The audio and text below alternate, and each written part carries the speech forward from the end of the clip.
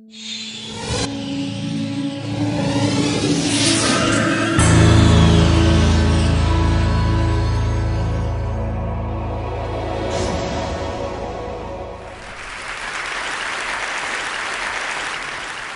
started with paragliding.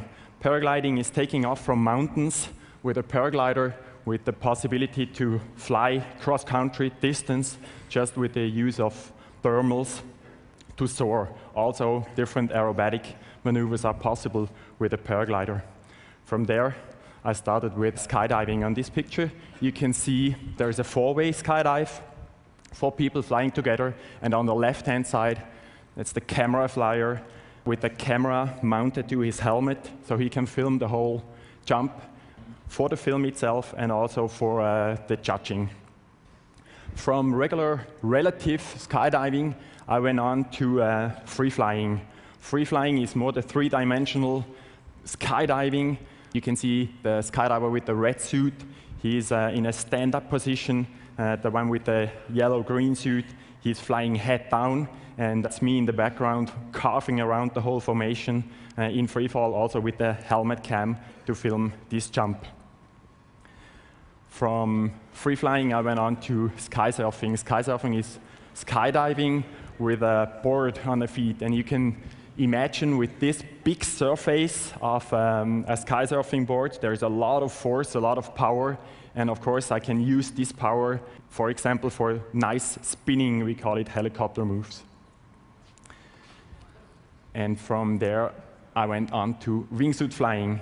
Wingsuit flying is a suit that I can make fly just only with my body. If I put some tension on my body, tension on my suit, I can make it fly. And as you see, the fall rate is much, much slower because of the bigger surface. With a proper body position, I'm able to really move forward to gain quite some distance. This is a jump I did in Rio de Janeiro. You can see the Copacabana on the left-hand side. And from there, with all the skills and knowledge from paragliding and all the different disciplines in skydiving, I went on to base jumping. Base jumping is skydiving from fixed objects like buildings, antennas, bridges, and earth, meaning mountains, cliffs. It's for sure, for me, it's the ultimate feeling of being in free fall with all the visual references. So my goal soon was to discover new places that nobody had jumped before. So in summer 2000, I was the first to base jump the Eiger North Face in Switzerland. 2 years after this, I was the first to base jump from Matterhorn, very famous mountain that probably everybody knows in here. 2005, I did a base jump from the Eiger, from the Monk, and from the Jungfrau, 3 very famous mountains in Switzerland.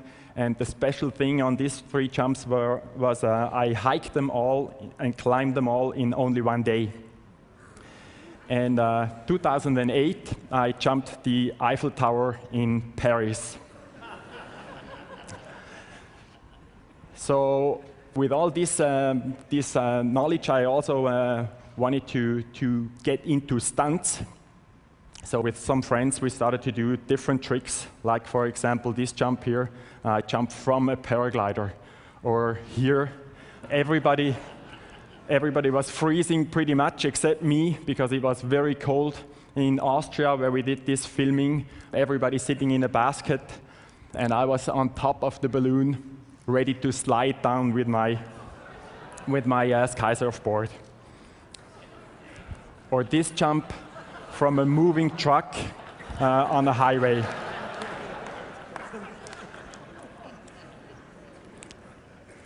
Extreme sport on top level like this is only possible if you practice step by step, if you really work hard on your skills and on your knowledge. Of course, you need to be in physical, very good condition, so I'm training a lot. You need to have the best possible equipment. And probably the most important is you have to work on your mental skills, mental preparation. And all this to come as close as possible to the human dream of being able to fly. So for 2009, I'm training hard for my two new projects. The first one, I want to set a world record in flying from a cliff with my wingsuit, and I want to set a new record with the longest distance ever flown. And for my second project, I have a sensational idea of a jump that never has been done before. So now, on the following movie, you will see that I'm much better in flying a wingsuit than speaking in English. Enjoy, and thank you very much.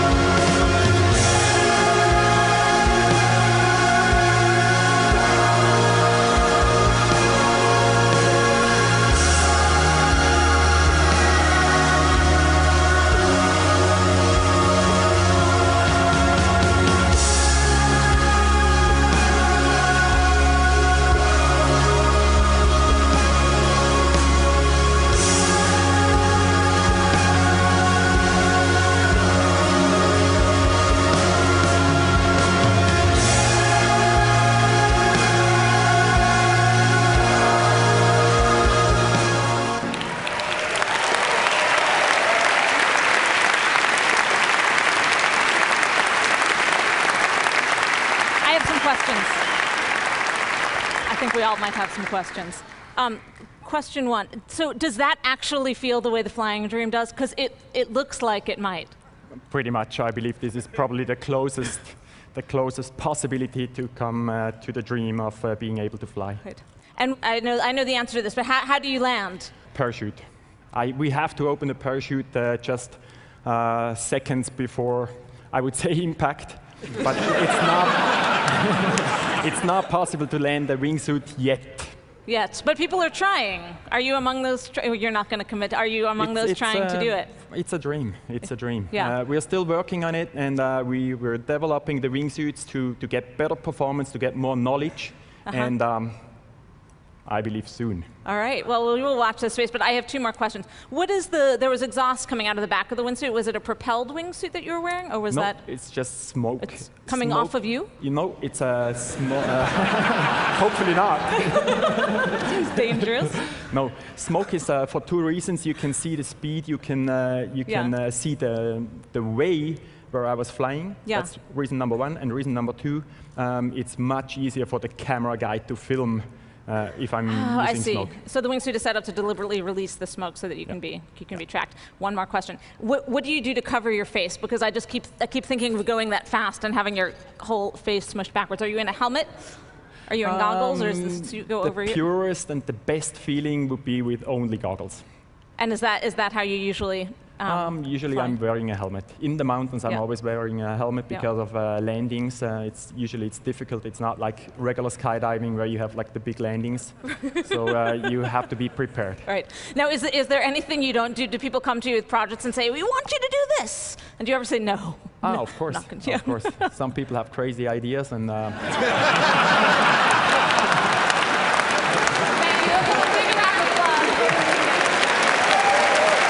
Thank you very much.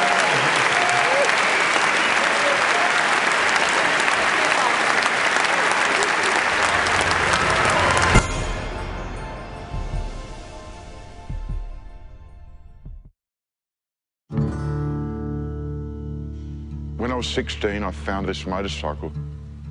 It was a dilapidated piece of junk that wasn't going, but I realised how special it was. Restoration of this motorcycle has taught me to improvise with mechanical things.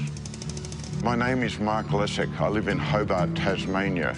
I'm Director of Dynamic Welding and Engineering. It's a pretty cool place. We do machine shop work. We do aluminum welding.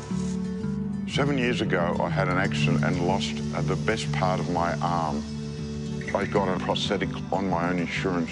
It didn't work. It was very unreliable. It wasn't fixed to my body and flopped about. It simply wasn't up to the job. I thought, if you can fix your own motorcycle, why can't you fix a prosthetic? So I did a search to find out as much information as possible and came across the Cairns artificial arm. This is an antique arm from the early 1900s, and in its time, it was so mechanically advanced.